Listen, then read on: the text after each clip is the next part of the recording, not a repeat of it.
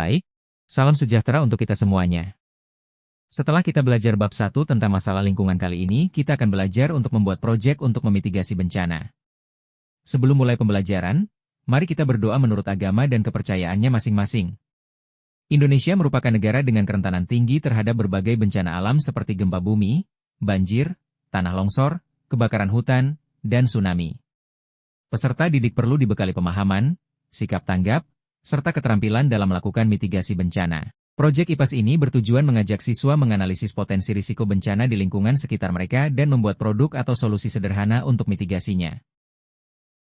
Setelah mengikuti rangkaian kegiatan proyek, siswa dapat 1. Mendeskripsikan konsep dasar mitigasi bencana. 2. Mengumpulkan data risiko bencana di lingkungan sekitar. 3. Mengolah dan menganalisis data sederhana tentang kerawanan bencana. 4.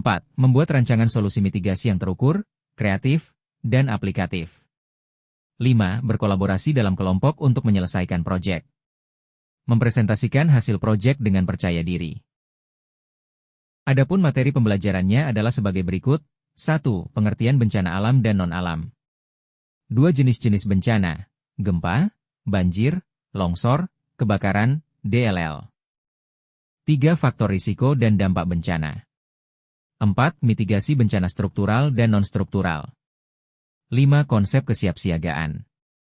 6. Analisis sederhana kerentanan lingkungan sekolah rumah. Penyusunan rancangan mitigasi dan prototipe 1.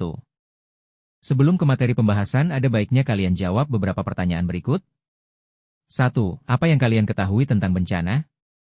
2. Sebutkan contoh bencana alam yang sering melanda wilayah Indonesia. 3. Bencana alam apakah yang paling sering melanda wilayah Indonesia? 4. Mengapa wilayah Indonesia sering dilanda bencana alam? Konsep bencana. Bencana merupakan peristiwa atau kejadian yang dapat menyebabkan kerusakan serta mengganggu aktivitas manusia baik yang disebabkan faktor alam maupun manusia. Undang-Undang Nomor 27 Tahun 2004 menyatakan bahwa bencana adalah peristiwa atau rangkaian peristiwa yang mengancam dan mengganggu kehidupan dan penghidupan masyarakat yang disebabkan, baik oleh faktor alam dan atau faktor non-alam maupun faktor manusia sehingga mengakibatkan timbulnya korban jiwa manusia, kerusakan lingkungan, kerugian harta benda, dan dampak psikologis. World Health Organization, WHO, mendefinisikan bencana sebagai peristiwa yang menyebabkan kerusakan ekologi, kerugian kehidupan manusia, serta memburuknya kesehatan dan pelayanan kesehatan yang bermakna pada suatu daerah sehingga memerlukan bantuan luar biasa dari pihak luar. Departemen Kesehatan, 2001. Potensi kebencanaan di Indonesia. Indonesia merupakan negara yang rentan bencana. Berdasarkan laporan dari World Risk Report, 2022, Indonesia menduduki posisi ketiga sebagai negara dengan risiko bencana terbesar di dunia. Bencana panduan khusus, Bab 253 Hidrometeorologi dan Geologi menempati posisi bencana alam tertinggi di Indonesia. Dari 193 negara atau 99% populasi dunia, Filipina, India, dan Indonesia adalah negara dengan risiko bencana tertinggi di dunia diikuti oleh Kolombia dan Meksiko. A. Bencana alam. Bencana alam merupakan kejadian bencana yang disebabkan oleh faktor alam seperti gunung meletus, banjir, dan tanah longsor. B. Bencana non-alam. Bencana non-alam adalah kejadian bencana yang diakibatkan oleh faktor non-alam seperti gagal teknologi, kecelakaan lalu lintas, dan kebakaran akibat korsleting listrik. C. Bencana sosial. Bencana sosial adalah bencana yang diakibatkan oleh perilaku manusia. Misalnya konflik antar petani karena masalah pengairan dan perebutan lahan, serta konflik antar suku karena kesenjangan sosial ekonomi. 4. Penyebab dan dampak bencana. Berdasarkan Undang-Undang Nomor 24 Tahun 2007, bencana dapat disebabkan oleh hal-hal berikut. A. Faktor alam. Potensi kerawanan bencana alam di Indonesia. Potensi kerawanan bencana di Indonesia tidak dapat dilepaskan dari kondisi geologis, geomorfologis, topografi, astronomis, klimatologis, dan hidrologi. Secara geologis, posisi Indonesia berada pada pertemuan tiga lempeng besar dunia, yaitu lempeng dasar Samudra Pasifik, lempeng dasar Samudra Hindia, dan lempeng Eurasia. Ketiga lempeng tersebut bergerak secara aktif yang menyebabkan wilayah Indonesia berada di Ring of Fire, cincin api, sehingga rentan terjadinya bencana alam gempa bumi tektonik dan letusan gunung api. B. Faktor non-alam.